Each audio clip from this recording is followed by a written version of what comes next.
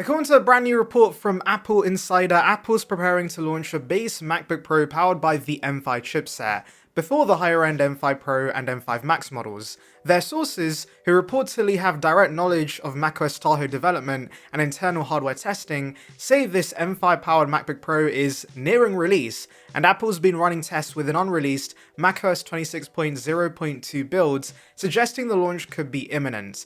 But here's where things get interesting. The report says a 14-inch and 16-inch M5 Pro and M5 Max MacBook Pros are now planned for early 2026, running macOS 26.3 out of the box. That timeline matches Apple's internal beta cycle perfectly. Apple's usually testing a 0.3 version around now, and the public release usually is in Jan. So if you've seen rumors flip-flopping between late 2025 and early 2026 for these Macs, this may explain why, because it's technically both. The M4 MacBook Pro and iPad Pro are currently facing major availability issues. Gurman notes that many configurations at Apple retail stores are constrained, with online delivery estimates now slipping to between October 21st and 28th. That's not a random date because the back-to-school offer in Europe ends on October 21st too. Historically, Apple often times its product refreshes right around the end of these promotions, keeping its product lineup fresh heading into the holiday season. So all signs are pointing towards the next M5 MacBook Pro launching sometime around that same week, most likely on the 21st or the week commencing on the 20th. Interestingly, there are no shipping delays for the higher-end 14-inch and 16-inch models running the M4 Pro and M4 Max chips, which remain available. That's a strong indication that Apple's about to quietly refresh the entry-level model with the M5 chip this year, while keeping the Pro and Max versions for next year. And this timing lines up almost perfectly with what we've seen elsewhere, because FCC documents that were accidentally made public this week may have just blown the cover off Apple's next MacBook Pro. Apple usually likes to keep these filings under wraps, but the FCC just went ahead and published the details early anyway.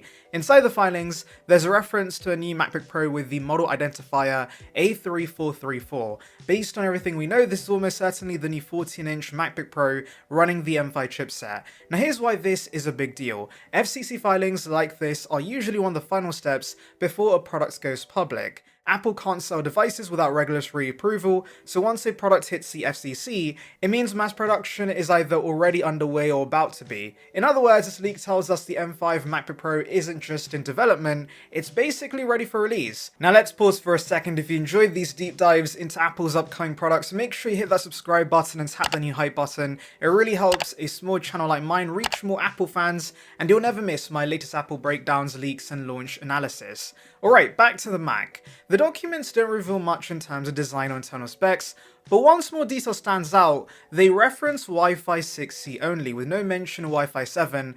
That doesn't automatically rule out Wi-Fi 7 support. Sometimes the FCC only tests specific bands or modes, but it does hint that Apple might be saving Wi-Fi 7 for next year's Pro and Max models. If you were hoping the M5 MacBook Pro would be Apple's first Wi-Fi 7 laptop, these filings do suggest a more conservative update this time round. Now here's where things get interesting. Gurman's previous Power On newsletter hinted the new 14-inch and 16-inch MacBook Pros would enter mass production between late 2025 and early 2026. But that referred to the high-end M5 Pro and M5 Max versions, not the M5. With this new information, it's clear Apple's taken the same staggered approach it did with the M2 series, launched the entry-level model first, then follow up later with the powerful ones once production yields are stable. And this time there's a very specific reason for that delay, one that has nothing to do with marketing and everything that has to do with architecture. The upcoming M5 Pro and M5 Max chips will most likely feature an entirely new design with separated CPU and GPU blocks, giving Apple the flexibility to mix and match configurations more freely. For example, customers could choose a model with a maxed out GPU and a base level CPU, or vice versa, depending on their workflow. It's a more modular approach that offers a better balance between performance, thermals, and cost. The base M5 chip, however, won't be getting any of this new chip tech or design language. It's using the same unified structure we've seen from the M1 through the M4, which explains why Apple can release it earlier. The M5 Pro and Max though, those require new engineering, testing and validation, which naturally pushes their timeline back into early 2026. In short, Apple's not rushing those because they represent the start of a new chip era, while the M5 remains the last of the current one. If you think about it, this strategy makes perfect sense. Apple doesn't want to flood its assembly lines with 3 chip variants at once, especially if TSMC is still scaling up production of the new 3nm nodes the M5 series is built on. Launching the base model first gives Apple time to smooth out production issues, meet end-of-year demand, and keep the Mac lineup fresh heading into 2026. This also keeps Apple's October tradition alive. Over the years, the company's used October as a quiet launch window for its Mac lineup, sometimes skipping a full event and dropping press releases instead. We saw this with the M3 MacBook Pros and iMac in late 2023, so if this M5 MacBook Pro does drop around October 21st, expect something similar, simple "Available Now" announcement on Apple's newsroom page, followed by immediate retail availability. Now let's talk about what this actually means for buyers. Should you jump on the M5 MacBook Pro when it arrives later this month?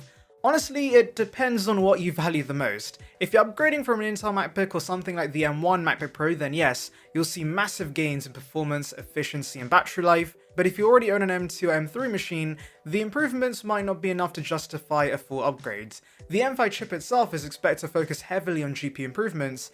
Based on early benchmarks from the M5 iPad Pro, we could be looking at around 30 to 35% faster graphics compared to the M4, with small but decent CPU gains. Apple's clearly prioritizing graphics performance and AI acceleration with this generation, so if you're a creative user who works with video rendering, motion graphics, or 3D workflows, you'll benefit. But for everyday activities, the difference might be subtle. Ultimately, I think the best part about the M5 MacBook Pro launching is that it's going to make the already great M4 model even cheaper. And that brings up a key point: design. Don't expect any big external changes with the M5 MacBook Pro.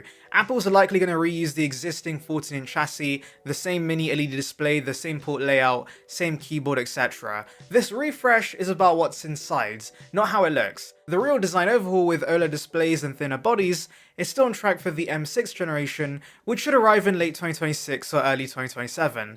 That's where things start to get truly exciting. OLED is going to be a transformative upgrade for the MacBook range. If you've seen the M4 iPad Pro in person, you will know how stunning Apple's double-stacked OLED panels look, with deeper blacks, punchier colors, and far better contrast than mini LED.